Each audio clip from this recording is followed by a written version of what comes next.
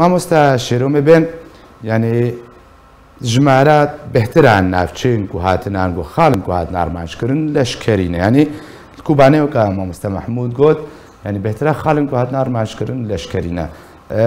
بەردەفکێ قەسەدەی ڕاگەهاندنی فەرهادشامی دوێژێ تەنێ یەک چەکدارێەوە هاتیە کوشتن بهترە کوشتیان هاتنە بهترە وهایەوەی هاتنە کوشتن سڤیلن یعنی لێ درێ پرسیار خاڵن لەشکری سڤیل وێ دێ چتکن ئەگەر کۆکە ئەو بێژن سڤیل وێ دێ چتکن ژبەر چێ ئەv ژمارە بیرەنگی هابەلاو کرێ بەێ کاک زنار سلااوش بۆتە و تەماشەوانی ئارکێ گەلک سپاس بڕاستی جێ مەخابنیەیە ئیرۆڕۆ دایکێمە و خوشکێمە و خەڵکێمە ڕادبن جانگۆریە خۆدژمێرن چەند جانگۆری هەنە و ئاخێ بەدەدن وان تەرمێ شێرین دخم بن ئاخێدە و سەروان دگرین دیلەک قیزا برێ و جەلانە و هەڤالبەندێ خوار دیبلۆماسی و پەسەپۆرتێ دیبلۆماسی و حەسانە دیبلۆماسی ئیرۆژپەر لە پەرلەمانی تورکیا ڕوونشتینە و کار و خەباتە خۆتکن مەخابن خەڵکێمە هەموو دەرخستنش کۆلانان ئیرۆ سوورەتێ ئۆجەلان و پەکەکێ هێلددن و ئالێم پەکەکێ خەڵکێ باکوور خەڵکێ مەروێ ئۆجەلان و زاروێ ئۆجەلان و برایەن ئۆجەلان هەموو ئیرۆ ئانان سەر کارێ خوێنێ یانجی ئیرۆ وەک ئیرۆ عەتڵەیش خوەر لەبەر تلڤیزیۆنانە لە سەرۆکێ خۆت نەرن سەرۆکێوان قەتەرەی لەبەر موبارە وەک دەبێژێ ئاکاس العالەمەیە و ئێوان نەخەماوانە ئێمە تەنێ دەبێ ئەم خوینێ دەینن و دەبێ ئەم جانگۆریا دەینن ji bo pirsate kak zinar mexabin ev çend carê ji bi sedê caran çêbûyî got balafirê Tirkayê yan jî ew bi xwe xelkê bomber dikin hindirê seyaran û dibêjin wela Tirkan lê xistî û sîvîl hatine kuştin û sîvîl jiyana xwejdest dane piştî çar roja îja neh navê qiyadiya tê xuyanê kirin û navê kadro tê xuyanê kirin ev tenê dixwazin raya giştî a Kurdî be a kesî bişxwazin ji aliyê xwe re qezenc bikin bînin aliyê xwe de wela Tirk li medeniya dixîne û birastî medenî û Tirk bikujin wek hev û ew xwe medeniyat kujin bi dehê topan wan bi xwe davêt Tirkan û davêtin Qamişlo û davêtin Qudûrbegê û davêtin ew gundê Zerganê û êdin û giştek bi topê wan û tankê wan evaya dixwazin tenê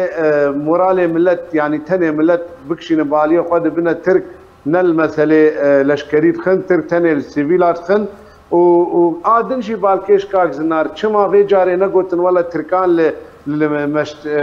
meştenûrê çima li leşkerê dewleta Sûriye nexistin cara din got wela li dewleta Sûriye xistiye vê carê çima tenê li hevalê peyedê û qesedê û çima sîvîlê Kurd ketîdiye yani ev tişt hemû propaganda wan e derewê wan in ji bo xelk li armanca wan a xelkê yani fikr û bala xelkê ji ser a dirist hil yani bidin alî ji bo xatirê got xelk tê nefikirin. Mamosta Şerol vê derê dixwazim ser wê çendê rawastim yanî berdamiya êrîşin Tirkiyeyan asmanî operasyona asmanî eger heye destpêkê de êrîşa zemînî ya serherdê jî dest pê bikiyan ne ev êrîşên ku niha Tirkiye encam de rêya êrîşên asmanî em bêjin karin ku destê PKK ji Rojavayê Kurdistanê bibirin yan jî egera duê ew ku PKK Rojavayê Kurdistanê bike em bêjin bingeha şerê xwe bi Tirkiye re û tew xelkê de berê bi xwe bibine qurbanî yani kîja ji we egera bêtir nêzîk e. Belê kak zinar yani ew mexabiniya got em bêjin yani karibin ya nikaribin çilo karibin meselen Başûrê Kurdistanê Kurdistanek azad e tiribînê nîvê Kurdistanê xistinê bin dagerkiriya Tirkan de îja wer feqîrê wek me Rojavayê Kurdistanê milletekî belengaz feqîr bêmical yani tiştekî wî wek feqîr yani milletkî pir perîşan e û bûyî ji wan re bengek pera û diziyê û ji qîz û xorta û ji lava û her tiştî yani tu çi bêj ji bêj wê çilo wilo bi rehetî yani Kurdistanek azad dane bertan ku topa û dagerkeriyê wê bên Rojavayê Kurdistanê çol bikin wek dibêje wê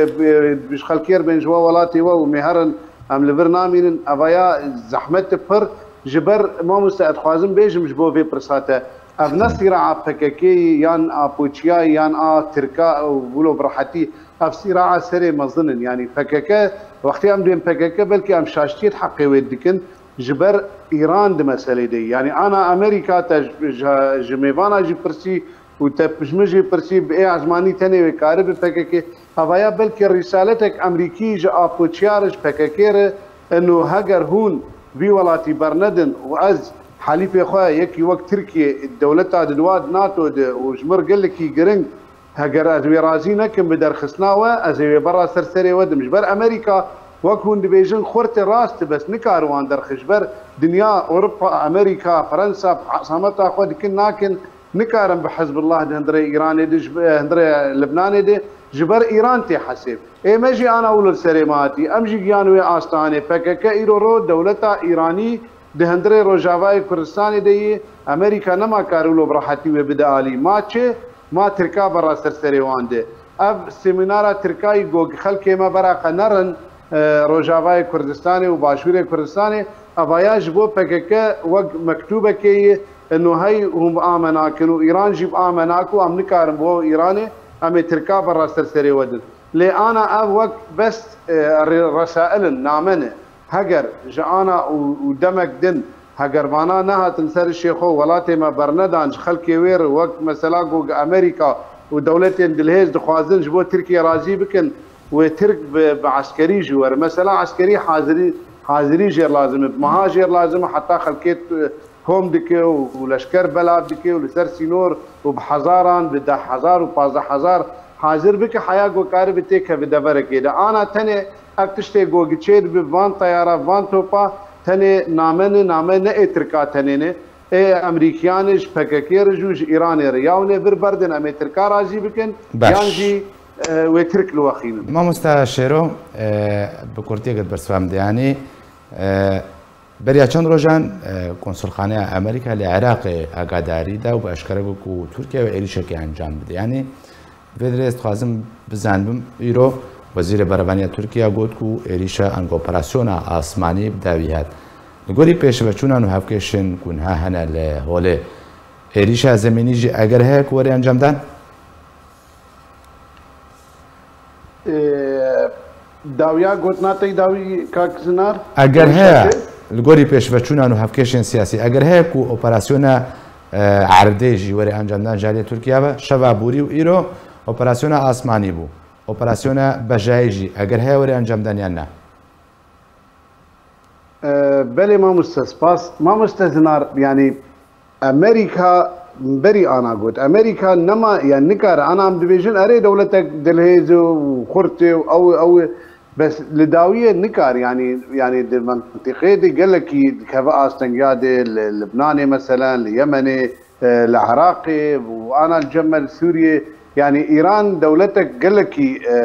خرت ومظن الدفريده ودريا كير مثلا دفر مد وقف دفري كردي قصدي يانجي بككي يانجي يبقي يانجي بيديه جبو بك امريكا ابتشتي جوجا انا تشيد بتشتي جوجا انا تكرن ابانا حمو نامنه جوجا ام كاربن يعني هنا كاربن يا امجي يا حتى ايرانجي جوجا ام كاربن بان كسا جندري وردرخن وقت مقود دبي تركيا راضي ببر برسغركا سوريا تشارسر ناب جوجا دولتها تركيا راضي نبا لابد ابناء قامتين يعني تركيا دولتك دجمني ميو خوينخاري وتر جماعه افاد به ناي معنى جو اختمولود بيجن ام حواله تركيا نولو تركيا دولتك د منطقه د بيوي چارسري نابه افتشتي انا جو دبن ما مستوى وقتك دوام بك هاجر و امريكي بين دي صادوري اوبراسيون ايرو يو سبا دسبي ازنام شروجير بلان كرنه ازماني وهاجر ديسا وان نرماي نديت انه خلك وقت حواله كادر وحواله ايرانيا جولات درنكفن جبي دبرهاني ندور جود مهم ور امريكا جا جلوبا كسبد تركان جبو دفرندن وكوباني وهناك دفرندن